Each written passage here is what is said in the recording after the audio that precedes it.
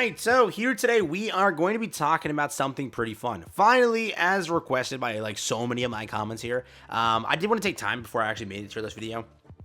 And I already have a perception of how I would make a tier list and how everything would go. Again, the count that we have over here is not bad. I have technically 3 accounts where I've built different characters across those accounts. Still, I'm a little bit more biased in some characters just because some are really freaking good in my opinion versus when I was testing some other characters. But overall, we got a pretty good gist of things in the game. I wanted to show this to you, a nice little asset that you can use and what we have over here. So let's jump into it. Tier list time. Smack the like, subscribe up. Let's get into it. This is the 70S Idle tier list, baby. Let's hop over there. So I'm over here. We're going to be using this to kind of break it down. This is gachabase.com. It basically is a nice little database we have here for 70s titles. Again, get the characters, the information, a lot of stuff over here. So we're going to be using this again. We're going to be breaking down every character. This is also considering, I think, the latest releases. If I were to filter by legendary, we are considering over here, again, Meliodas and Gowther, by the way. So again, make sure that is clear. This is, again, what I will say is Gowther already, we kind of got his idea right day one, right? A lot of players have tested him. A lot of players have built him. I think I ended off 4-starring him, and I'm going to actually go for the 5-star, 6-star, if possible. I'm waiting to see if they announce Escor, because I know that Merlin should be before that, but then there's also Zeldris, there's also Darieri, so there's a lot of characters that have come before that, but I'm currently holding off on the star of it, but again, we have this over here, so we can get an idea for everything. Gowther's kit is nuts, but Gowther is added to the list, and also, again, Meliodas is added to the list over here. But yes, hopping over here, we have the entire tier list. We can filter it by a few things. I'll make this clear. I'm pretty sure the tier list, again, is sorted by alphabetical order. That's why, again, it's not really sorted by legendaries or anything. It's just simply alphabetical order. So again, I think there is, like, just like, again, other tier lists that I've covered on different channels.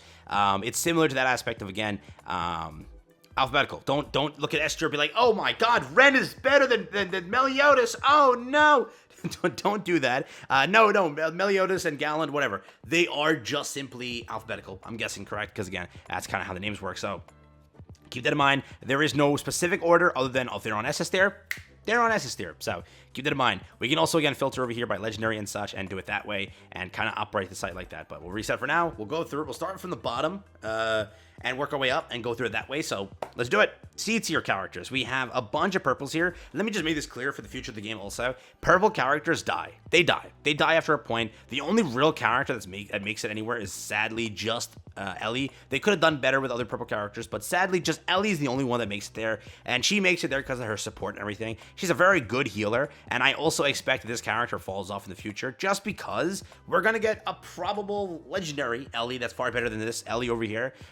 The only real drawback this Ellie has is she's a melee character, meaning she just dies very quickly when she's supposed to support. She, again, heals based off her attack there. That's why she gets a really high ranking, but the other purples, they flounder. Let's be very honest. They just flounder. And again, sadly, Slater and Hellbrim, in my opinion, also very much flounder. A few of the other mythics over here that are uniques in this game, they flounder. So that's why, again, C tier is kind of very, very on point here. All right, continuing onwards to B tier. Here we go. We got a few characters in here that I could see people say, move them up, move them up. But I will give you my opinion on these characters.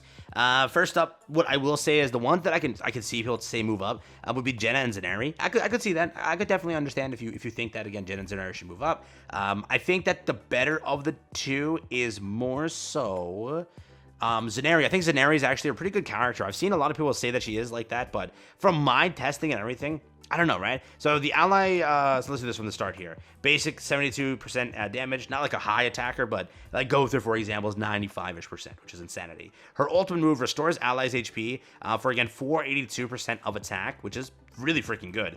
And then over here, additionally removes all debuffs from allies. So you have a nice cleanser here, which is good, which is really good. So remember, I could see that she moves up to like A tier. I could definitely argue that, and again, see that. If you have any, again, opinions of the tier list here, let me know down below in the comments. But Miracle Light over here. Upon landing a normal skill, there is a 50% chance to restore HP to the ally with the lowest HP by an amount equal to 72% of attack. The ally is granted Druid's Protection for 5 seconds. Druid's Protection restores HP by an amount equal to 20% of the caster's attack every second. Again, not a bad healer by any means. A pretty solid, pretty good healer. So just remember that now. If you are arguing that she's a good healer, I could see it, and you could definitely move her up to A tier, maybe even S tier. I could see her move up. You also have a character over here like this. I've seen people consider him to be a far better character. I've tested him. I don't like him as much. I simply don't. As a debuffer, I don't like him. So I definitely more so say here. Nirabasta I could also see argued, but for the most part, again, with Gothar's release also, she's kind of fallen off in the capacity of, hey, I buff int only. Hey, buddy, I buff everybody, right?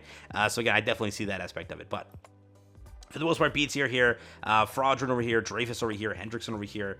For the most part, I kind of stand at that. Sadly, one of our newest tanks who was just released to be horrible is this one over here, which kind of sucked, but yeah, again, that's what they went for. Yeah, you know, I don't know why they released her that way. She's like a newer character, and she sucks. Like, what? But A tier over here, we do get into some more pretty good mythics here. We got Bellion. We got Weinhard, one of like the better mythic, or one of the better uniques in the game. We got over here Dogetto. We have over here 2 more. I would say for the most part, the one that you can argue higher is Droll. I could definitely see Droll in S tier, 100 billion%. Droll is what I would consider an S tier. If there were to be like a change that we would make here, it would be S tier for Droll. I think Droll can definitely move up there. But again, out of all the other tanks, personally, like I see a lot of people say Grimoire is good. I don't see it. I personally think if anybody's better, it's this guy is better than Grimoire. So again, I could definitely see Droll move up there. I would also say Deanne remains here perfectly. I would say that Hendrickson also for the DPS category. He's not bad, but I don't think he's S tier. A lot of people consider him to be an S tier character. I personally don't see it. Zartros also is considered an S tier character. I agree he's A tier, but situational, he could be better. But for the most part, A tier is around where I put him. But yeah, I could definitely argue again. Up here, we can move up, get up Dreyfus, Dreyfus, damn it. Droll up here, we can definitely see that. But yeah, I think for the most part, pretty solid on how this is, again, structured. So, yeah, let me know what you think again. If you disagree with anything here. Hauser, remember, like, characters like, again, Hauser here. These characters, you have to realize, are also free. These characters are free. So, remember, if you were to look at this, if we were, like, again, reconstructed free-to-play tier list here, remember, Hauser and what is his name?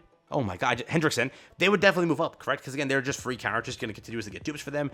They're good, yeah? Deanne also, not the best of the tanks, but still a pretty good tank, so up to you, but that always is like a quick little point there. Elat over here, Geldo over here, but that's basically A tier for the most part. But S tier, we're going to spend more time on S tier because there's a lot that I want to break down here because there is some important information to take away here. First things first, the one thing that I could see a lot of complaints for is Melly not being double S tier. What I will say is, again, this is not in any order. Remember that this is not in any order. Doesn't mean Melly is the worst tier. Melly is literally on the brink of S tier to SS tier. That's the argument you can make for him. The reason he doesn't break through to SS tier is simply Bond is better, right? I have a max Bond. I have a 5-star, 4-star or half, yeah, 4-star Meliodas at the time when, again, I had a 5-star Bond. But Bond just did far more. He did like 2 times, maybe 3 times what Melly did. And again, you'll be like, oh, but the star was there. Even if I were like backtrack a little bit when they were on par, always Bond performed much more. Melly is a great character, but I don't think compared to Bond, Melly can hold up. Upon landing a critical hit, deals again 199% attack to the target and reduces its own, again, cooldowns by 0.5. But just Bond performs better. He does so much. It's not even funny. He restores 10 energy upon a successful attack over here, and a 20% chance to deal damage equal to 180% chance, percent of the attack to the target. I just personally think that he is a far better character. And again, he also Snatch decreases final attack. Snatch increases final attack. And then over here, with Meliodas, he does have a pretty good ult, right? He does. Triple Step increases crit chance by 15% and attack speed by 10%. But for the most part, I could say, again, brink of S to SS tier. So if you're going to argue that, he is basically on the brink. He really is. Just because Bond is that DPSer, that guy that shuts you down, I don't know. I can't really say much there. Because, again, from my testing, Gallant and him aren't really far apart. They really aren't. So that's why Gallant also for a DPS category, they both be on par here. They both be, right? So there is that. But beyond that, if you were to look at debuffers, I've seen a lot of people say that he's like SS tier, which he actually is. Like, unironically, he is. It's just, again, because the SS tier category just puts these characters on such a high pedestal, which is true. You can't really say much there. So I would say on the brink, you can also consider this character here. And again, you can always do this over here, like filter it and just check it. Like, again, it's a pretty accurate aspect of, yeah, these are the best DPSers. This is the best DPSer here. These are some of the best DPSers here. If you were to, again, filter it by, in this case, well, we need a Sporter. Again, that's what it is. Leaps and bounds, these characters just hold up that metric. So again, it's always just worth noting that. But it doesn't mean a character is bad, correct? Just because a character's down here, if you were to filter it like, okay, let's filter tank. Just because a character's B tier, I mean, in this case, it's a bad example. Let's do debuffer or supporter, right? Supporter. Just because a character is 8 tier doesn't mean they're horrible, right? It's just there's not many supports, but these supports really shine. These supports are really freaking good, but you know, it's not a bad supporter, and again, not bad supporters. So I could definitely see these move up here. Mainly Zaneri move up to like S tier or A tier, but we'll say that for another day, right?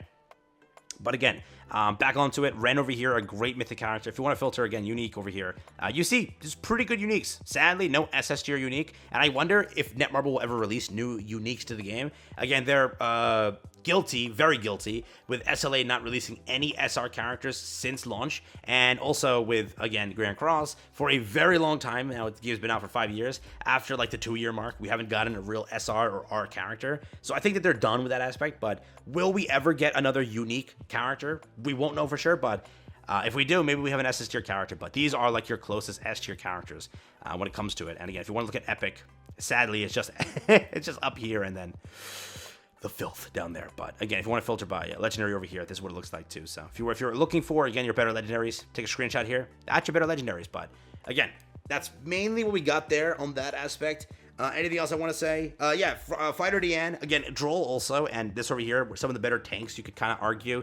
One of my favorite supporters, and he's like free-to-play friendly as hell, is King Arthur. So just consider if you're looking for somebody, he is really good. The only issue is he's, again, very niche, right? He supports one category very well versus supporting other categories. So if you're an int runner, guess what? You have a lot of potential here from this character. Again, he buffs the int category very well. And again, a lot of characters here run this, 4 characters, boom to go. And this over here, so 5 easy int characters you can run and kind of decimate, right? As time progresses, obviously the int category gets stronger. Theoretically, he gets stronger too. So always remember that, right? That is, again, why this character gets placed on such a high pedestal, because, again, he buffs everybody. He buffs everyone 12% accuracy with no restrictions, with nothing, with no restrictions at all. He also restores 5 energy. And again, he also is able to restore, I think, cooldowns by 2 seconds. Melee does 0.5. He does 2 seconds on his ult, which is pretty nice. So to each their own. We all have our opinions again. Keep that in mind, right? This is opinionated, obviously speaking, but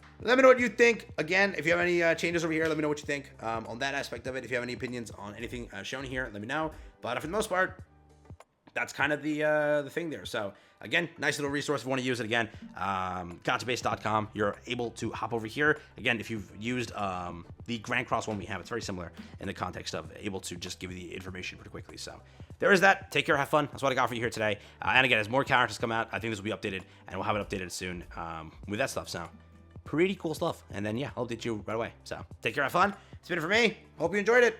Catch you tomorrow. Probably, yeah, I have a video for tomorrow. So catch you tomorrow. Take care, have fun. That has been the tier list for mainly August. We're now in, sadly, September, but that's mainly the August tier list because we haven't had our newest character yet. So yeah, now I'll end the video.